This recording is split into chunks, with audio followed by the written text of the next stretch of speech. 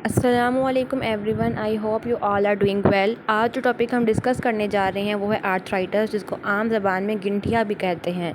इसमें हमने देखना है कि असल में आर्थराइटिस होता क्या है, इसकी कौन कौन सी टाइप्स हैं। जो दो मोस्ट कॉमन है जिसमें एक ओए यानी कि ऑस्टियोआर्थराइटिस, उसको देखेंगे हम, और second one is rheumatoid arthritis RA, इसके बारे में जानेंगे। फिर हमने ये देखना है कि इन दोनों को हम डिफ्रेंशिएट किस किस बेस पे कर सकते हैं। नंबर वन, हमने देखना है कि इन दोनों के जो रूट कोज है मेजर वो क्या है, इनको हम डिफ़ाइन किस तरह करेंगे। सेकंड, हमने देखना है कि रिस्क फैक्टर्स क्या हैं, किन लोगों में ज़्यादा चांस है कि ये बीमारी हो सकती है। फिर हमने देखना है कि इसके साइन एंड सिम्टम्स क्या हैं, और उसके अलावा कौन से फैक्टर हैं जो इस बीमारी को मज़ीद सीवियरिटी की तरफ लेके जा सकते हैं, प्रोवोक कर सकते हैं। एग्रेवेटिंग फैक्टर कौन से हैं। फिर हम ये देखेंगे थर्ड नंबर पे कि इसके बाद इनका जो जॉइंट्स हैं वो कौन से इन्वॉल्व होते हैं इसके अंदर। उसके बाद फिर हमने देखना है कि इस सब के बाद इसका ट्रीटमेंट क्या है, कौन सा इलाज मैसर है इस बीमारी के लिए। फिर लास्ट में हमने ये देखना है कि कुछ डिफॉर्मिटीज़ जो इस बीमारी में हो सकती है इन फ्यूचर आगे जाके, वो कौन सी हैं। नेक्स्ट हम देखते हैं इसकी डिटेल डिस्कशन। सबसे पहले हम ये देखते हैं कि आर्थराइटिस होता क्या है। आर्थराइटिस, इसको आम ज़बान में गिंठिया कहते हैं। ये निकला है दो लफ्ज़ से। पहला वर्ड आर्थरा, जिसको मेडिकल टर्म में जॉइंट कहते हैं यानी कि जोड़। सेकंड निकला है आइटस यानी कि इन्फ्लामेशन, यानी कि जॉइंट में इन्फ्लामेशन या जोड़ों की सोजिश, उसको कहते हैं आर्थराइटिस। ठीक है। आर्थराइटिस की टाइप्स के बारे में हम डिस्कस करते हैं कि टाइप जो है इसकी वो दो मोस्ट कॉमन है जो हमने डिस्कस करनी है आज के इस टॉपिक में। वो है नंबर वन हमारे पास ऑस्टियोआर्थराइटिस, जिसको ओए कहते हैं, and second one is rheumatoid arthritis, जिसको हम आरए कहते हैं। ओके, अब हम ये देखते हैं कि ऑस्टियोआर्थराइटिस में क्या होता है। ये हमारे पास एक एज रिलेटेड डिजीज़ है, जिसमें जैसे हम 30 या 40 प्लस होते जाते हैं तो हमारा जो जोड़ है उसके दरमियान में कार्टिलेज थिन बाउंड्री है जो उसको फ्रिक्शन प्रोड्यूस होने से बचाती है। जब वो वक्त के साथ साथ कम थिन हो जाएगी, या यूँ कह लो कि डैमेज हो जाएगी, वेयर एंड टेयर आ जाएगा, जिससे ये जोड़ है इसके दरमियान में कार्टिलेज जो है, जो बाउंड्री थी वो डैमेज हो गई, तो फिर अब बोन जो है वो दूसरी बोन के ऊपर फ्रिक्शन प्रोड्यूस कर रही है और बोन टू बोन मूवमेंट हो रही है। तो उसकी वजह से क्या होता है कि हमारे जॉइंट के अंदर इन्फ्लामेशन हो जाएगी, वीक हो जाएगा, वो मज़ीद लोडिंग नहीं उठा सकेगा, और फिर वेयर एंड टेयर की वजह से जब बोन दूसरी बोन पे मूव करेगी, रगड़ खाएगी, तो फिर क्या होता है कि यहाँ पे ये आर्थराइटिस प्रोड्यूस होता है, जिसमें इन्फ्लामेशन, स्वेलिंग और पेन इन्वॉल्व होगा।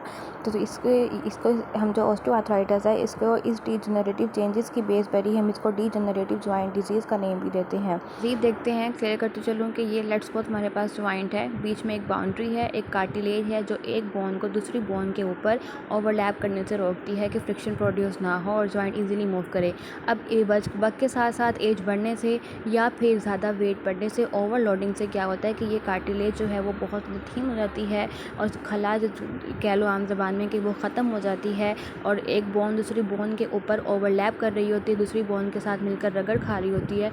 उसकी वजह से जब वो मूव करती है तो फिर इस जॉइंट में इन्फ्लेमेशन यानी कि सोजिश पैदा होती है। जबकि इसके बरक्स अगर हम रीहेमेटॉइड आर्थराइटिस में देखें तो वहाँ पे हमारे पास ना ही कोई वेयर एंड टियर है, ना ही कोई डिजेनरेटिव चेंजेस हैं, बल्कि वहाँ पे क्या होता है कि हमारा इम्यून सिस्टम जो है वो डिसफंक्शन हो जाता है, हाइपर एक्टिव हो जाता है, कि वो अपने ही बॉडी के नॉर्मल सेल्स को यानी कि हमारे जॉइंट्स को जो है वो डिस्टर्ब कर रहा होता है। ये देखते हैं कि क्या डिस्टर्बेंस प्रोड्यूस होगी हमारी बॉडी में, कि जो हमारा इम्यून सिस्टम हाइपर एक्टिव हुआ हुआ है उसने क्या करना है, कुछ डिस्ट्रक्टिव एंजाइम प्रोड्यूस करने हैं, यानी कि ऑटो इम्यून डिजीज़, जिसने बॉडी के अपने नॉर्मल साइज जॉइंट को ही इन्फ्लेम करते रहना है। इन्फ्लेमेशन या सोजिश की वजह से आगे जाके सिम्टम में अपेयर होंगे। ठीक है।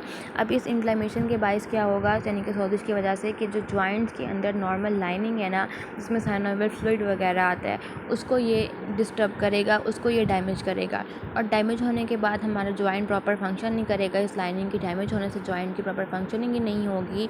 और फिर हम ये देखते हैं कि ये जो है वो किस एज से इंटरलिंक नहीं करता, यानी कि किसी भी एज पे हो सकता है, सिर्फ और सिर्फ बुजुर्गों में ही नहीं है, 30 प्लस लोगों में ही नहीं, बल्कि बच्चों में, छोटों में, बड़ों में, सब में होगा। अगर ये बच्चों में होगा तो इसको हम जुवेनाइल रीहेमेटॉइड आर्थराइटिस कहेंगे। और एक और मोस्ट इंपॉर्टेंट चीज़, कि दोनों आर्थराइटिस जो हैं वो फीमेल्स में ज़्यादा होते हैं। अब हम देखते हैं इसके कॉजेज़ की। जो ऑस्टियोआर्थराइटिस के कॉजेज़ हैं ना, उसमें हमने देखा एक एज, यस, वो आता है। सेकंड हम देखते हैं ओबेसिटी, के जो लोग मोटे हैं उनके अंदर भी ये आर्थराइटिस होता है। ठीक है। थर्ड पे अगर आपकी फैमिली में किसी को ये आर्थराइटिस है तो पॉसिबल है कि ये आपको भी आगे ट्रांसफ़र हो सकता है।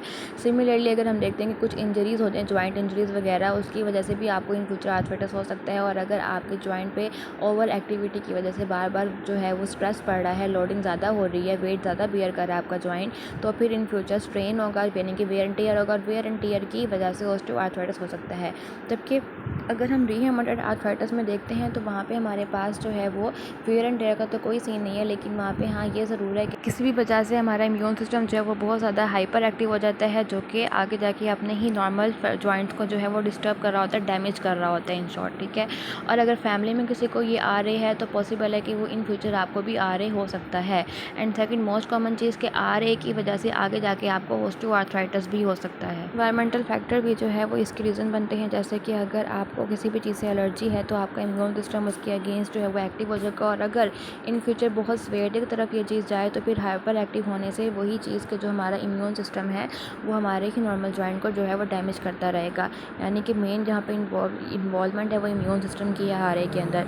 जबकि नेक्स्ट हम बात करते हैं इनके सिम्टम्स की। सिम्टम्स जो हैं वो दोनों का तकरीबन सेम है, क्योंकि इन्फ्लेमेशन है तो उसमें पेन, स्वेलिंग, टेंडरनेस दोनों में होगा, लेकिन थोड़े से वेरी करते हैं। जैसे कि अगर हम ऑस्टियोआर्थराइटिस की बात करें तो उसमें क्या होता है कि पेन, स्वेलिंग और टेंडरनेस भी होगी, इन फ्यूचर स्टिफनेस भी होगी, और पेशेंट ये कंप्लेन लेकर आते हैं कि वो ज़मीन पर नहीं बैठ सकते, जो ओए के पेशेंट्स हैं, और उनको नमाज भी जो है वो बैठ के पढ़नी पड़ती है किसी भी चेयर पे या उसका सहारा लेके।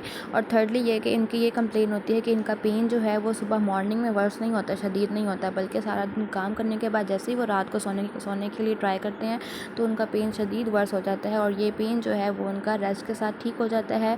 और जो सीवियरिटी इसकी पेन की तब बढ़ती है जब वो ज़्यादा एक्टिविटी करते हैं। इसके साथ साथ आगे जाके फिर उनकी जो जॉइंट की मूवमेंट है वो भी लिमिटेड हो जाती है, और उसके अलावा जो है वो स्टिफनेस का शिकार भी हो जाते हैं। और हाँ, इन लोगों के अंदर जो है वो क्रेपिटस साउंड भी पल्पेट की जाती है कि अगर ये घुटने का इनको आर्थराइटिस है तो उसमें उठते बैठते या नमाज़ पढ़ते तो है उनको कड़ाकों की आवाज़ें आती हैं, तो ये भी इस चीज़ की निशानी है कि उनको इन जो है वो आर्थराइटिस हो सकता है। इसके ऑपोजिट अगर हम रीहेमेटॉइड आर्थराइटिस के पेशेंट्स को देखते हैं तो वो ये कंप्लेन करते हैं कि जैसे वो सुबह उठते हैं तो उनके हाथ इतने ज़्यादा अकड़ जाते हैं कि उनको वापस नॉर्मल होने में, ठीक होने में कुछ घंटे लग जाते हैं, कि उनके हाथों के जो जॉइंट्स हैं वो बहुत ज़्यादा अकड़ाव का शिकार होते हैं और शदीद दर्द होता है। दूसरा ये कि ये कंप्लेन भी लेकर आते हैं कि यहाँ पे जो है इनको इन्फ्लेमेशन है तो पेन के साथ टेंडरनेस भी होगी, स्वेलिंग भी होगी, लेकिन उसके साथ साथ इनकी भूख ख़त्म हो जाएगी, इनको फीवर भी हो सकता है।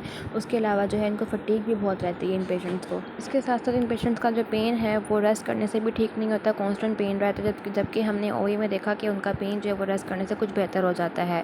सेकेंडली ये कि इनका जो इन फ्यूचर है आर के पेशेंट में वो स्टिफनेस के साथ साथ कॉन्ट्रैक्चर भी बन जाता है, जो कि उनके लिए बहुत ज़्यादा मुश्किलात का सामना करना पड़ता है। और उसके बाद हम देखते हैं कि कौन कौन से फैक्टर्स जो हैं वो इसको एग्रेवेट या प्रोवोक कर सकते हैं। सबसे पहले वो फीमेल्स जो हील्स पहनती हैं उनके अंदर चांसेस हैं कि उनको ऑस्टियोआर्थराइटिस हो सकता है, क्योंकि हमने देखा कि वहाँ पे क्या होता है कि हील पहनने से आपके जो पाँव की अपनी हील है उसके ऊपर वेट पड़ेगा, लोड पड़ेगा, और लोडिंग से क्या होगा कि जो जॉइंट में रेपिटेटिव वेट पड़ने से स्ट्रेन होगा और आगे जाके जो है वो इन्फ्लेम्ड हो जाएगा और फिर आर्थराइटिस हो जाएगा। सिमिलरली अगर आपका मल्टीविटामिन इंटेक पुअर है तो भी आपको आर्थराइटिस हो सकता है। उसके अलावा अगर कोई ऐसा फैक्टर जो आपके इम्यून सिस्टम को हाइपर एक्टिव करा तो भी आपको जो है वो आर्थराइटिस हो सकता है। आज के लिए इतना ही, फिर हम इसके नेक्स्ट पार्ट 2 में देखेंगे कि इसका ट्रीटमेंट क्या है और डिफॉर्मिटीज़ जो हैं वो क्या क्या हैं। तब तक के लिए अपना ख्याल रखिएगा। अल्लाह हाफ़िज़।